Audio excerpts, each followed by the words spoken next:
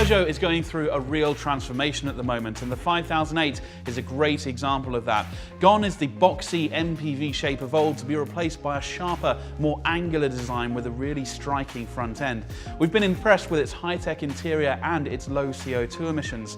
Now, the 128 brake horsepower 1.2 litre petrol engine might be the entry-level choice in the range, but we think it's one of the best. Team that with Allure trim and you also get sat-nav, dual-zone climate control and front and rear parking sensors.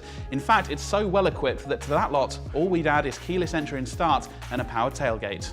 All versions of the 5008 come with Peugeot's iCockpit dashboard design, which encompasses a 12.3-inch screen set high up on the dashboard with configurable digital dials just where you can see them. And not only that, you also get an 8-inch infotainment touchscreen system in the middle of the dashboard, which gives you lots of usability, including Apple CarPlay and Android Auto, as well as sat-nav and DAB radio and Bluetooth. And the great thing about the Peugeot 5008 is how practical it is, because you can get 5 adults easily in the first 2 rows, and there's 2 pop-out seats in the boot that you can also get a couple of kids or even a couple more adults in for a short trip. And when they're not in use, the boot is absolutely massive.